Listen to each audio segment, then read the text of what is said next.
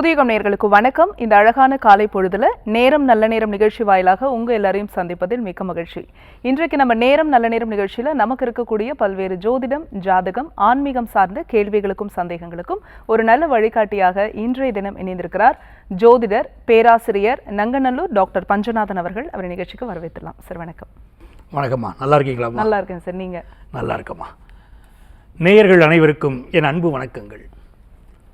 ஓம் ஸ்ரீம் ஹ்ரீம் க்ளீம் க்ளம் கம் கணபதயே வரவரத சர்வஜனமே வசமானாய ஸ்வாகாக. உலகெங்கும் வாழும் புதியுகம் தொலைக்காட்சி என்பர்களே, உங்கள் வாழ்க்கையில் நீங்கள் சந்திக்கக்கூடிய எத்தகைய பிரச்சனையாக இருந்தாலும் உங்கள் ஜாதகத்தை எடுத்து வச்சுக்கோங்க. அந்த ஜாதகத்தை வச்சுட்டு உங்களுடைய பிறந்த நேரம், உங்களுடைய லக்னம், ராசி இவற்றை சொல்லி உங்கள் ஜாதகத்தின்படியான உங்கள் சந்தேகங்களை நீங்கள் கேட்கலாம். அதற்கு பதில் சொல்வதற்காக நான் வந்திருக்கிறேன். உங்கள் பிரச்சனைகளை தீர வழி சொல்வதற்காக, ஆலோசனை சொல்வதற்காக நான் வந்திருக்கிறேன். உங்கள் ஆத்மார்த்த ஜோதிடர், பேராசிரியர் டாக்டர் நங்கநல்லூர் பஞ்சநாதன்.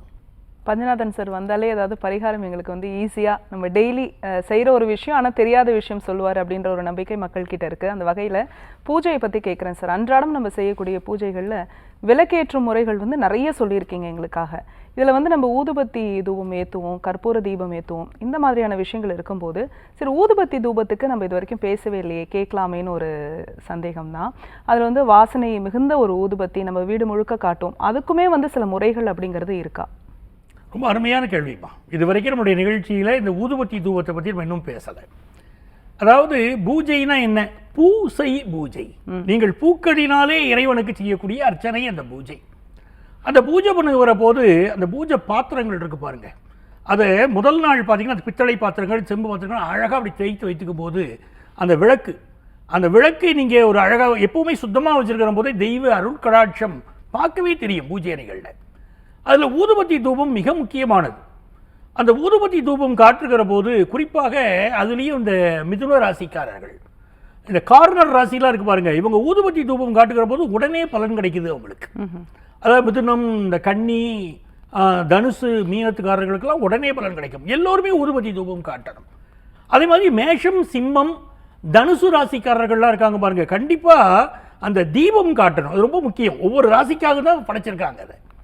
அப்போ ஊதுபத்தி தூபம் காட்டும் போது மிக முக்கியமாக என்ன கடைபிடிக்கணும்னா, நீங்கள் சில பேர் ஒரே ஒரு ஊதுபத்தியை மட்டும் ஏற்றி சாமிக்கு காட்டுறாங்க. அப்படி இருக்கக்கூடாது. 3 ஊதுபத்திகள் ஏற்றி சாமிக்கு காட்டணும். உங்கள் வீட்டு பூஜை அறையில் குலதெய்வம் வச்சுருக்கிறீங்க, வழிபடுறீங்க அப்படின்னா 5 ஊதுபத்திகள் ஏற்றி தூபம் காட்டணும். இது ரொம்ப முக்கியம். ஒரு ஊதுபத்தி இருக்கக்கூடாது, மினிமம் 3 ஊதுபத்தி இருக்கணும். குலதெய்வமும் வச்சு கும்பிட்றவங்க 5 ஊதுபத்திகள் ஏற்றி சாமியை கும்பிடணும். இப்போ எப்படி தீபம், இந்த தூபம் காட்டுவது அப்படின்னு பார்த்தீங்கன்னா, உங்கள் குலதெய்வம் ஆண் தெய்வமாக இருந்தால் அந்த ஊதுபத்தி தூபத்தை அந்த விக்கிரகத்தின் அந்த படத்தின் கீழிருந்து மேலாக இப்படி காட்டணும். ஆண் தெய்வமாக இருந்தால்.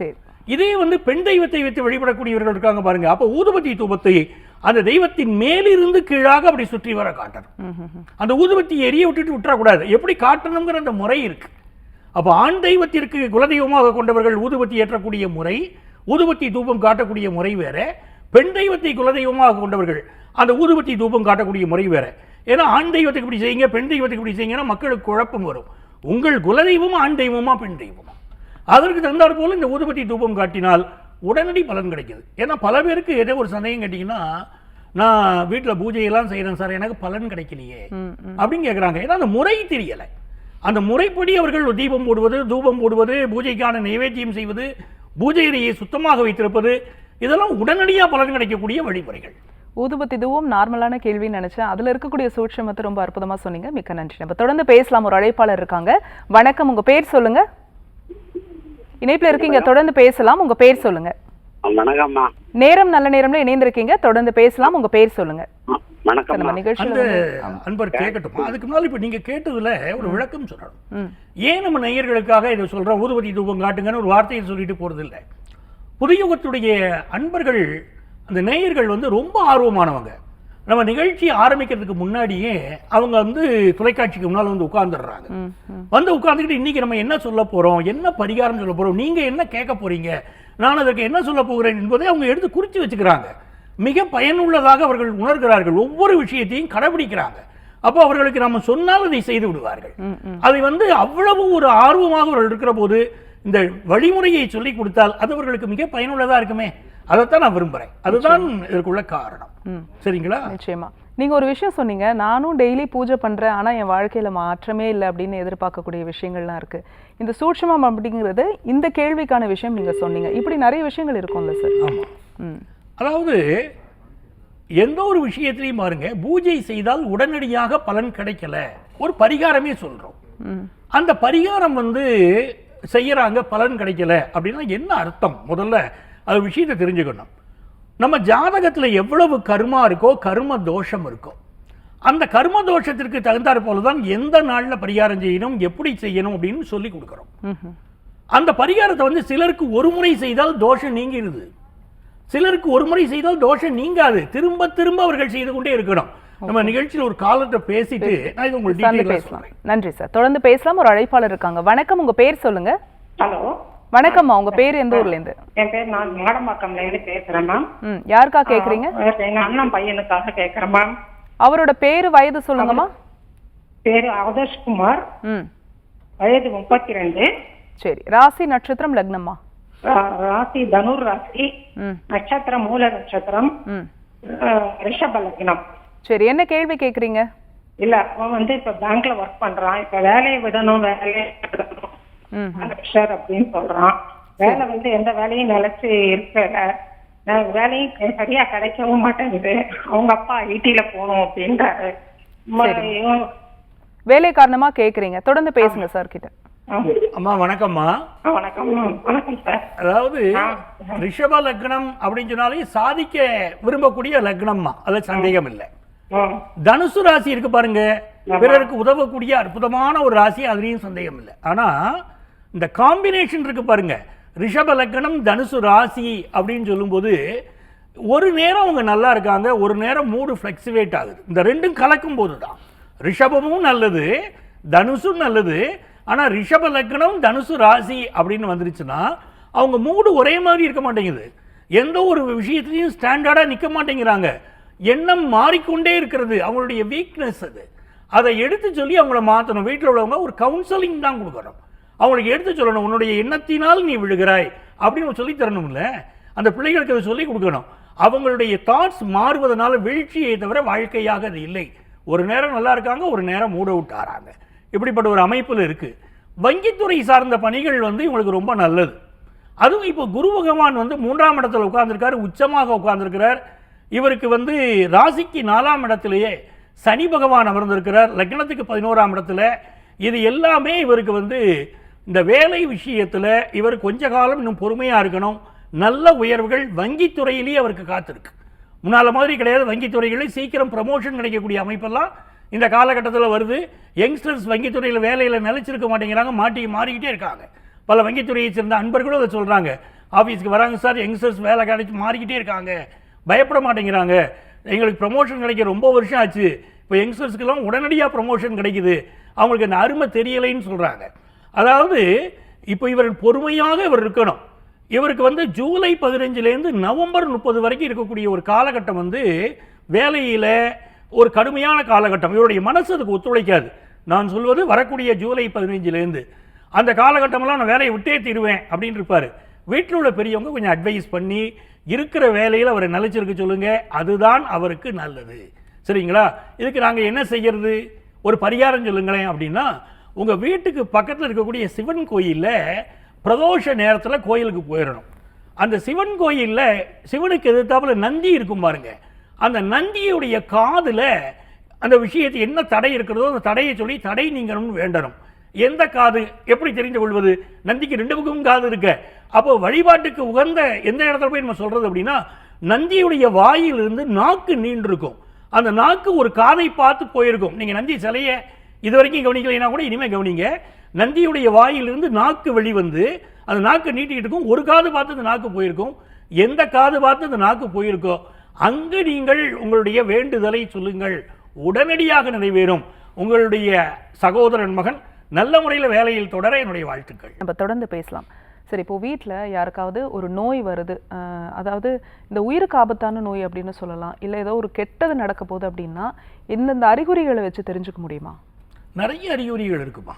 ஒரு வீட்டில் ஒரு தீய செயல்கள் நடக்க போகுது, யாருக்காவது மிகப்பெரிய அளவுக்கு உடல் நலம் பாதிக்கப்பட போகுது அப்படின்னா முன்னக்கூட்டியே இயற்கை நமக்கு சில அறிகுறிகளை காட்டிக்கிட்டே இருக்கும். நாம் அதை உணர தவறி விடுகிறோம், அதுதான் உண்மை.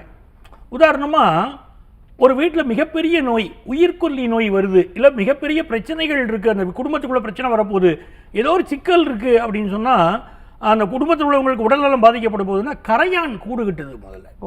அந்த கரையான் கூடு கட்டுக்கிற போதே நம்ம தெரிஞ்சுக்கலாம் வேறு ஏதோ ஒரு சிக்கல் இருக்குது அப்படின்னு. அதே மாதிரி இன்னொரு பக்கம் பார்த்தீங்கன்னா கருங்குழவி இருக்குது பார்த்தீங்களா, அது சுற்றி சுற்றி வரும், நிறைய வாட்டி சுற்றி வந்துக்கிட்டே இருக்கும். நீங்கள் இருக்கக்கூடிய அறையிலேயே அது நிறைய சுற்றி வந்துக்கிட்டே இருக்கும். ஏதோ ஒரு நெகட்டிவ் ஃபோர்ஸ் உங்களை சுற்றி வர இருக்குது அப்படின்னு தெரிஞ்சுக்கலாம். ஒருவருக்கு வந்து உயிர் போகிற காலகட்டம் வருகிற போது அது என்ன ஆகுதுன்னா நூற்றுக்கணக்கான காக்காய்கள் ஒன்று சேர்ந்துக்கிட்டு அவர் உயிர் பிரிய போதுன்னா கொஞ்சம் சில மணி நேரங்களுக்கு முன்பாகவே அந்த வீட்டில் வந்து காக்காய்கள் கத்துது, அது பார்க்குறாங்க. ஒரு தீய சம்பவம் நடக்க போகுதுன்னா காக்காய் செத்து விழுவதை நம்ம பார்க்குறோம். அதுக்கு பிறகு அந்த குடும்பத்தில் பல தவறு தீய விஷயங்கள் நடந்துச்சுங்கிறாங்க. அப்படி வந்து நாய்கள் இருக்கு பாருங்க, அது நடக்க போக தீயவற்றை முன்கூட்டியே நமக்கு உணர்த்துது. பல விஷயம் இருக்கு. அப்போ ஒரு சில விஷயங்களை நான் சுட்டி காட்டியிருக்கேன். நிறைய விஷயங்கள் விரிவாகவே நம்ம பேசலாம், அவ்வளவு விஷயங்கள் இருக்கு. ஆகவே ஒரு தீய விஷயம் நடக்க போகுதுன்னா இந்த அறிகுறிகள்லாம் தெரியும். கருவண்டு சுத்தி வருதா, வீட்டில் கரையான் கூடு கட்டுதா, என்ன பண்றது, உடனே அதை சரி பண்றதுக்குள்ள வழிமுறைகளை நம்ம இறங்கணும். மிக்க நன்றி சார். நம்ம தொடர்ந்து பேசலாம். ஒரு அழைப்பாளர் இருக்காங்க. வணக்கம், உங்க பேர் சொல்லுங்க. வணக்கம். வணக்கம்மா, உங்க பேரு எந்த ஊர்ல இருந்து? வேலூர்ல இருந்து பேசுறேங்க. அருணா பேசுறேங்க. ஓகேம்மா, யாருக்கா கேக்குறீங்க? எங்க கணவருக்காக கேட்குறேங்க. அவருடைய பேரு வயது சொல்லுங்கம்மா. பாலமுத்து, 58 வயசு ஆகுது. ராசி நட்சத்திரம்? ஆயில்யம் நட்சத்திரம், கடக ராசி, ரிஷப லக்னம். சரிம்மா, என்ன கேள்வி கேக்குறீங்க? வீடு எப்ப கட்டுவாரு இல்ல வாங்குவாரான்னு தெரியலங்க, அது தள்ளிட்டே போகுது, அது கேட்கலாம்னு சொல்லிட்டுங்க. சரிம்மா, கவலைப்படாதீங்க, தொடர்ந்து பேசுங்க. அம்மா வணக்கம்மா. வணக்கம் சார். அதாவது இப்போ வந்து ஒரு நல்ல நேரம் ஆரம்பிச்சிருக்குமா, குடும்பத்துக்கு நல்ல நேரம். பணப்புழக்கமெல்லாம் இப்போ கொஞ்சம் கொஞ்சமாக நல்ல சூழ்நிலை வந்துடும். இதுக்கு முன்னாடி இருந்த பல கஷ்டமான காலங்களெல்லாம் கடந்து வரீங்கன்னு அர்த்தம். இப்போ நல்ல நேரம் ஆரம்பிக்க போகுது. ஆனால் சொந்த வீடு கட்டுவது என்பது இந்த ஜாதகத்தில் பெரிய அனுமதியாக இல்லைம்மா. சொந்த வீடு கட்டுவதில் தடையாக இருக்குது. வாடகை வீட்டில் இருப்பது மட்டும்தான் உங்களுக்கு நன்மையாக காட்டுது. சொந்த வீட்டுடைய தடைகள் நிறைய இருக்குது. எனக்கு சொந்த வீடு கட்டியே தீரணும் சார், எனக்கு தடைகள் விலகணும் அப்படின்னு நினச்சிங்கன்னா உங்கள் பக்கத்தில் இருக்கக்கூடிய கோயில், முருகன் கோயில் என்ன இருக்குது அப்படின்னு பாருங்கள். இல்லாவிட்டால் ரத்னகிரிக்கு அடிக்கடி போங்க. அடிக்கடி சென்று முருகப்பெருமானை வழிபாடு செய்யுங்கள். அப்படி வழிபாடு செய்கிற போதும் நல்ல பலன் கிடைக்கும். அதே மாதிரி மண் அகல் விளக்கு தீபம் செவ்வாய்க்கிழமை காலை 6 மணியிலேருந்து 7 மணிக்குள்ள வீட்டில் மண் அகல் விளக்கில் தீபம் போட்டு முருகப்பெருமானை வழிபட்டு வாருங்கள். அவருடைய சஷ்டி கவசத்தை படித்து வாருங்க. இப்படி வீடு அமையணும் வேண்டிக்கிட்டு வாங்க. கூடிய சீக்கிரம் வீடு அமையறதுக்கு ஒரு வாய்ப்பு உண்டாகும். நன்றி அழைத்தமைக்கு. அடுத்த அழைப்பாளர் யாருன்னு பார்க்கலாம். வணக்கம், உங்க பேர் சொல்லுங்க. என் பேர் சோமசுந்தரம் மேடம். எந்த ஊர்ல இருந்து பேசுறீங்க ஐயா? கோயம்புத்தூர் மேடம். சரி, யாருக்கா கேக்குறீங்க? என் தங்கச்சி பொண்ணுக்காக கேட்கணும் மேடம். அவருடைய பேரு வயது சொல்லுங்க. நிதிஸ்ரீ பேரு, பொண்ணு 14 வயசு, 1/9/2014. சரி, ராசி நட்சத்திரம் லக்னம் சொல்லுங்க. விருச்சக ராசி, அனுச நட்சத்திரம், மேஷ லக்கணம். என்ன கேள்வி சார்? பிள்ளைக்கு உடம்பு சரியில்லாம அடிக்கடி படிப்புல அந்த அளவுக்கு கான்சென்ட்ரேட் பண்றது இல்ல, அதுக்காக கேட்கிறேன். சரி, தொடர்ந்து பேசுங்க சார் கிட்ட. ஐயா வணக்கம். வணக்கம் சார். அதாவது விருச்சிக ராசி மேஷ லக்னம்னாலே இந்த உடம்பு பாதிச்சுக்கிட்டே தான் இருக்கும். அது ஒரு இயற்கை, சரிங்களா? அதாவது ஹார்மோன் பிரச்சனைகள் உடம்புல கொடுக்குது. இது சின்ன குழந்தை வேற, இது அது வளர்வதற்கு முன்பாகவே அப்படி காட்டுது. தாயுடைய கர்ப்பப்பையில அவர்கள் உதிக்கிற காலத்திலேருந்தே இருக்கக்கூடிய ஒரு பிரச்சனையும் தான் ஜாதகத்துடைய நிலையில நான் உணர்றேன். இதுக்கு ஒரு நல்ல பரிகாரம் வேணும் அப்படின்னு சொன்னால் 2 விஷயங்கள் செய்யணும். ஒன்று வந்து திருச்செந்தூர் போகணும். அந்த திருச்செந்தூர் வழிபாடு என்பது இந்த பிரச்சனைகளை வெகுவாக தீர்க்கும். செவ்வாய்க்கிழமை அன்னைக்கு திருச்செந்தூரில் போய் வழிபாடு செய்யணும். அந்த முருகப்பெருமானை வழிபாடு செய்கிற போது இவங்க பிரச்சனைகள் குறைவதை நீங்கள் கண்கூடா பார்க்கலாம். 2வது விஷயம், நிறைய தண்ணீர் குடிச்சுக்கிட்டே இருக்கணும். இது ரொம்ப ரொம்ப முக்கியம். 3வது விஷயம், கழிவறைக்கு செல்கிற போது டாய்லெட்டில் போய் உட்காருக்கிற போது ரொம்ப நேரம் உட்காரக்கூடிய பழக்கம் சிலருக்கு இருக்கும். செல்ஃபோனை பார்த்துக்கிட்டு ரொம்ப நேரம் உட்காந்துருப்பாங்க. டாய்லெட்டில் ரொம்ப நேரம் உட்காரக்கூடிய பழக்கம் இந்த குழந்தைகளுக்கு இருந்துச்சுன்னா அது மிகப்பெரிய பாதிப்பை கொண்டு வந்து கொடுக்கும். கெட்ட வாயுக்களுடைய தாக்குதல் இருக்கும். அதனால அதை கொஞ்சம் அவாய்ட் பண்ண சொல்லுங்க. மற்றபடி தண்ணீர் குடித்து கொண்டே இருக்கணும், நிறைய தண்ணீர் உட்கொள்ளணும், முருகப்பெருமான் திருச்செந்தூர் முருகனை வழிபடணும். இது எல்லாமே உடல் நலத்தில் ஒரு சீராகக்கூடிய வாய்ப்புகளை இந்த ஆண்டே உருவாக்கி கொடுக்கும். வாழ்த்துக்கள். நன்றி அழைத்தமைக்கு. அடுத்த அழைப்பாளர் யாருன்னு பார்க்கலாம். வணக்கம், உங்க பேர் சொல்லுங்க. வணக்கம், உங்க பேரு எந்த ஊர்ல இருந்து? சார் உங்க பேரு சார்? சரி, எந்த ஊர்ல இருந்து பேசுறீங்க? நாகர்கோயில்ல இருந்து. சரி, அவங்களுடைய வயது என்ன? வயது வந்து 23/7/2003. 23 வயது ஆகுது. ராசி நட்சத்திரம் லக்னம் சொல்லுங்க. ராசி வந்து ரேவதி. லக்னம் என்ன லக்னம் சார்? துலாம். துலாம் லக்னம். சரி, உங்களுடைய கேள்வி என்ன? மகள் திருமணத்துக்கா? மகளுடைய திருமணத்திற்காக கேக்குறீங்க. தொடர்ந்து பேசுங்க சார் கிட்ட. சரி ஐயா வணக்கம். துலா லக்னம் மீன ராசி, அதுதானே சொல்றீங்க? சுப்புலட்சுமியா பேரு? சுப்புலட்சுமி. சுபலட்சுமியா? சுப்புலட்சுமி. சுப்புலட்சுமி, சரிங்கய்யா. அதாவது இவருடைய ஜாதகத்தில் நீங்க திருமணத்திற்கு பார்க்கறதுக்கு முன்னால ஜாதகத்தில் இருக்கக்கூடிய நாகதோஷத்துக்கு நிவர்த்தி செய்யணும். அந்த நாகதோஷ நிவர்த்தி மிக முக்கியம். பக்கத்தில் உள்ள கோயில் நாகராஜா கோயிலுக்கு போங்க. நாகராஜா கோயிலில் நாகங்கள், அந்த குளத்துக்கு பக்கத்தில் இருக்கக்கூடிய நாகங்களுக்கு மஞ்சள் பொடி போட்டு பால் ஊற்றி வழிபாடு செய்யுங்க. அப்படி அவங்களை செய்ய சொல்லுங்க. அப்படி வழிபாடு செய்கிற போது நல்ல பலன் கிடைக்கும். 2027ஆம் ஆண்டுடைய பிற்பாதி நல்ல செய்தியை கொண்டு வந்து கொடுக்கறதுக்கு வாய்ப்பு இருக்கு. சரிங்களா? அதனால இவங்களுக்கு வரக்கூடிய மணமகன் அவர் கிழக்கு திசையிலேருந்து வருவார்னு ஒரு ஐதீகம். அதனால நீங்க அப்படி தேடி பாருங்க. நாகதோஷத்துக்கு பரிகாரம் செய்யுங்க, நல்ல செய்தி வரும். வாழ்த்துக்கள். சார், வீட்டில் பொதுவாக பண கஷ்டம் இருக்குது, வருமானம் குறைவாக இருக்குது, பணம் வந்து தங்கவே இல்லை அப்படின்னா நம்ம வீட்டை வந்து இப்படியெல்லாம் வச்சுக்கிட்டா நமக்கு பணம் வந்து நிறைவாக இருக்கும் அப்படின்னா என்னென்ன விஷயத்தை ஃபாலோ பண்ணணும்? பொதுவாக ஒரு வீட்டில் ரொம்ப பண கஷ்டம் இருக்குது வச்சுக்கோங்களேன். நீங்கள் எப்படி தெரிஞ்சுக்கலாம்னா, ஒட்டடைகள் அதிகம் இருக்கும். அந்த வீட்டில் வந்து இவங்க சுத்தம் பண்ணவே மாட்டாங்க. வீட்டை வந்து தினந்தோறும் சுத்தம் பண்ணால் தானே வீடு, ஒரு வீடு மகாலட்சுமி வசிக்கணும்னா அந்த வீடு சுத்தமாக இருக்கணும். ஸோ ஒட்டடைகள் அதிகம் இருக்கும். அதை இவங்க சரி பண்ணுறது ஒரு விஷயம். ரெண்டாவது, சாப்பிட்ட பின்னால் பார்த்தீங்கன்னா சில பேர் உடனே கை கழுவ மாட்டாங்க. அந்த சாப்பாட்டு தட்டு காஞ்சிக்கிட்டே இருக்கும். அந்த காய்ந்த கைகளோடு அப்படி இருப்பாங்க. அப்படி இருந்தாலும் இந்த வீட்டில் வறுமை வரும். அதனால சாப்பிட்ட உடனே போய் கைகளை கழுவுவது, அந்த தட்டை கழுவி வைக்கிறது, இதை உடனடியாக செய்தால் இந்த பண கஷ்டம் வருவதிலிருந்து தப்பிச்சுக்கலாம். மூன்றாவது விஷயம் வந்து அழுக்கு துணிகள், துவைக்காத துணிகள், அழுக்கு துணிகளையே எப்போ பார்த்தாலும் சிலர் அணிஞ்சுக்கிட்டே இருப்பாங்க. அந்த அழுக்கு துணிகள் இருக்கக்கூடிய வீட்டில் பாருங்க, அங்கே ஒரு பண கஷ்டம் இருக்கும். அவங்க பணக்காரங்க வீடுன்னு வெளியே தெரியக்கூடிய சில வீடுகளில் கூட போன தலைமுறை பணக்கார தலைமுறையாக இருந்திருப்பாங்க. இந்த தலைமுறையில் பண கஷ்டம் இருக்கும். அது எப்படி தெரிஞ்சுக்கலாம்னா, அவங்க வீட்டுக்கு போனாலும் இப்போ தான் அழுக்கு வேட்டியை கட்டிட்டு உட்காந்துருப்பாங்க. அப்படி அழுக்கு லுங்கியை கட்டிட்டு உட்காந்துருப்பாங்க. துவைக்காத ஆடைகளை உடுத்துக்கிற போது அப்பவும் அந்த வீட்டில் வந்து மகாலட்சுமியுடைய வாசம் அமைவதில்லை. அதனால பண கஷ்டமும் தெரியுது. நாலாவது, மிக முக்கியமாக பார்க்க வேண்டியது, சாயந்தரம் விளக்கு வச்ச பிறகு தலை சீவக்கூடாது. இந்த தலைமுடி சீவுவது என்பது இருக்கு பாருங்களேன், அது விளக்கு வைத்த பிறகு சீவும் போது தலைமுடி வீட்டில் உதிருது அப்படின்னு சொன்னால் அந்த வீட்டில் நிச்சயமாக பண கஷ்டம் வருகிறது. ஆகவே இந்த விளக்கு வைக்கிறதுக்கு முன்னால் தலைமுடி சீவிக் கொள்வது என்பதெல்லாம் இவர்களுக்கு நல்லது. இந்த 4 விஷயத்தை கடைபிடிச்சா போகிறோம். ஒட்டடை இல்லாமல் பார்க்கறது மிக முக்கியமான விஷயமா சொல்கிறேன். சாப்பிட்ட உடனே கைகளை கழுவிடணும், தட்டை கழுவிடணும். மூணாவது விஷயம், வீட்டில் விளக்கு வச்ச பிறகு தலை சீவுறதை அவங்க நிப்பாட்டிடணும். அழுக்கு துணிகள் அணிந்து கொள்வதை நிப்பாட்டிடணும். இதை பண்ணிட்டாங்கன்னா வீட்டில் மகாலட்சுமி வாசம் ஆரம்பிச்சிடும். மிக்க நன்றி சார். நம்ம தொடர்ந்து பேசலாம். ஒரு அழைப்பாளர் இருக்காங்க. வணக்கம், உங்க பேர் சொல்லுங்க. வணக்கம்மா, என் பேர் ரேவதி. பாப்பாவுக்காக கேக்குறேம்மா. எந்த ஊர்ல இருந்து பேசுறீங்கம்மா? மயிலாடுதுறை பக்கம். சரி, மகளோட பேரு வயது சொல்லுங்க. அவிட்ட நட்சத்திரம், கும்பராசி, கடக லக்னம். 2001 9வது மாசம் 7ஆம் தேதி பிறந்திருக்கிறாங்க. பேர் என்னம்மா? ஆர்த்தி. சரிம்மா ஆர்த்தி, என்ன கேள்வி கேக்குறீங்க? பாப்பாவுக்கு திருமணம் தடையாவே இருக்கு. சரிம்மா, 25 வயது ஆகுது இல்லையா?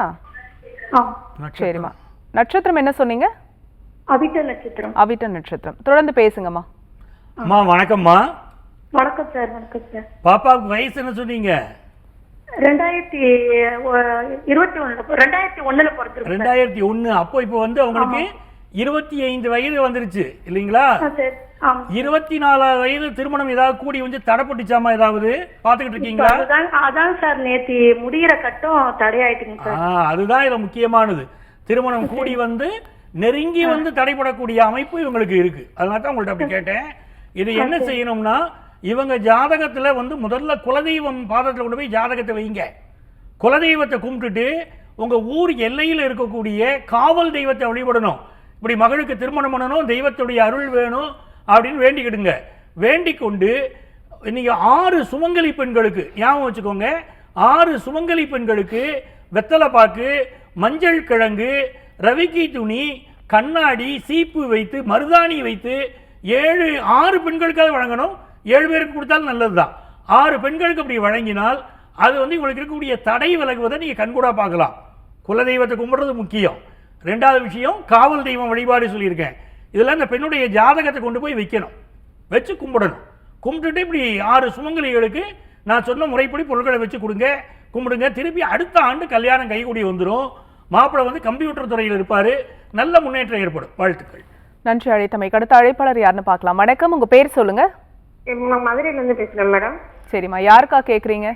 இந்த பையனுக்காக கேக்குறேன். பையனோட பேரு, வயது சொல்லுங்க. பேர் சரவண பாண்டி, ம் வயசு 26. சரி, ராசி? ராசி வந்து கடக ராசி, ஆயில்ய நட்சத்திரம், மேச லக்னம். சரிம்மா, என்ன கேள்வியோ கேளுங்க.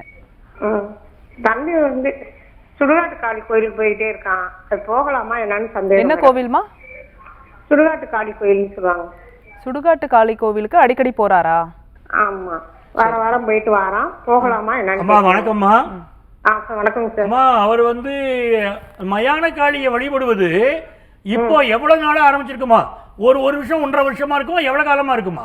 இல்ல, ஒரு வருஷத்துக்குள்ளதான் சார் இருக்கும். 1 வருஷத்துக்குள்ளதான் இருக்கும். இந்த மாற்றம் அவருக்கு இன்னும் 1.5 வருஷம் அப்படி போவாருமா. அதீத நம்பிக்கை மயான காளியின் மீது அவருக்கு இருக்கு. சரிங்களா? அதனால அந்த நம்பிக்கை வருகிறது. நீங்க என்ன பண்ணணும்னா, வீட்டுல அவர் வந்து வேற ஏதாவது சிகரெட் குடிக்கிறாரா, சுருட்டு குடிக்கிறாரா, இந்த மாதிரி பழக்கங்கள் வருதா அப்படின்னு கொஞ்சம் உற்று கவனிக்கணும். அது கொஞ்சம் உற்று கவனிக்கணும். நீங்க இல்லைன்னு எதையும் சொல்லிடாதீங்க. அந்த பழக்கங்கள் வர வாய்ப்பு உண்டு, உற்று கவனிக்கணும். அதே மாதிரி இந்த காலகட்டத்தில் வீட்டில் சாம்பிராணி தூபம், ஊதுபத்தி தூபம், குங்குலிய தூபம் போட்டுக்கிட்டே நீங்க வரணும். சரிங்களா? இந்த தூபங்கள் போடணும். அவர் மனது செல்லக்கூடிய பாதையை கொஞ்சம் மாற்றி விடணும். இதெல்லாம் அவருக்கு நல்லது. சில உடல்நல பாதிப்புகள் அவருக்கு தரப்போகுது அப்படின்னு கிரகநிலைகள் சுட்டி காட்டுது. அதனால நீங்க வீட்டில் ஊதுபத்தி தூபம், அது மாதிரி நெய் விளக்கு ஏற்றிக்கிட்டு வாங்க, நல்ல மாற்றம் வரும். நெய் விளக்கு ஏற்றணும். மகாலட்சுமி வழிபாடு, வீட்டில் மகாலட்சுமி வழிபாடு செய்ய தொடங்குங்க, அற்புதமான மாற்றங்கள் வருமா. வாழ்த்துக்கள்மா. நன்றிமா அழைத்தமைக்கு. பொதுவாக இந்த ஜாதகம் நம்மளுடைய கர்மா, அதே மாதிரி ஒவ்வொரு ஜாதகத்துக்கும் அதை பொறுத்து தான் நீங்கள் வந்து பலன் சொல்லுவீங்க. என்னதான் நம்ம நிகழ்ச்சியில் பேசினாலும் கூட எல்லாருக்கும் ஒரு தேவை இருக்குது, ஆனால் நிறைவேறலை அப்படின்னும் போது ஒரு ஏக்கம் இருக்குது. இந்த ஏக்கத்தெல்லாம் போக்கக்கூடிய விஷயங்கள் என்ன? அதாவதுமா, இப்போ அன்பு சகோதரி கேட்குறாங்க, சுடுகாட்டு காளியை கும்பிடுறாங்களே அப்படின்னு கேட்குறாங்க. அப்போ நம்ம சொல்கிறோம், சிலருக்கு அப்படி அந்த வழிமுறைகளை, மாந்திரீக வழிமுறைகள் போகிறவங்களுக்கெல்லாம் ரொம்ப நன்மையை தரும். அதே சமயத்தில் இல்லறத்தில் இருக்கக்கூடியவர்கள், குடும்பத்தில் இருக்கக்கூடியவர்கள் சில வழிபாடுகளில் கவனமாக செயல்படுவது என்பது தான் நன்மையை தரும். உங்கள் எதிர்பார்ப்பு எதுவோ, உங்கள் பாதை எதுவோ, வாழ்க்கையை நீங்கள் தீர்மானிக்கணும். முக்கியம். இப்போ ஒரு ஜாதகத்தில் ஒருத்தருக்கு வந்து பிரச்சனைன்னு வராங்க, அந்த பிரச்சனை தீர பரிகாரம் சொல்கிறோம் அப்படின்னா, அந்த ஜாதகத்தில் அவங்க செய்த கர்மா எவ்வளவு கடுமையோ அதற்கு தகுந்தாற் போல அதிக பரிகாரம் செய்ய வேண்டியிருக்கும். சில பேர் பரிகாரங்களையே சரியாக பின்பற்றுவது இல்லை, அதனாலேயும் சிக்கல் வருது. ஸோ பரிகாரங்களை கரெக்டாக பின்பற்றினாங்கன்னா உடனடியாக பலன் தரும். இப்படி ஜாதகத்தில் இருக்கக்கூடிய பிரச்சனைகள் தீர விரும்பக்கூடியவங்க அவங்க ஜாதகத்தை எடுத்துக்கிட்டு முறையான கட்டணம் செலுத்தி எங்கள்கிட்ட ஆலோசனை பெறலாம். சென்னையில் டி நகர்லையும் நங்கநல்லூர்லையும் நம்ம ஆஃபீஸ் இருக்குது. நேராக வர முடியாதவங்களுக்கு ஆன்லைன் கன்சல்டேஷனும் உண்டு. உங்கள் வாழ்க்கைக்கு வழிகாட்ட நான் காத்திருக்கிறேன். உங்கள் ஆத்மார்த்த ஜோதிடர், நங்கநல்லூர் டாக்டர் பஞ்சநாதன். நன்றி சார். நேயர்களே, மீண்டும் மற்றும் ஒரு நிகழ்ச்சியில் நாங்கள் உங்களை சந்திக்கிறோம். அது வரைக்கும் நன்றி, வணக்கம்.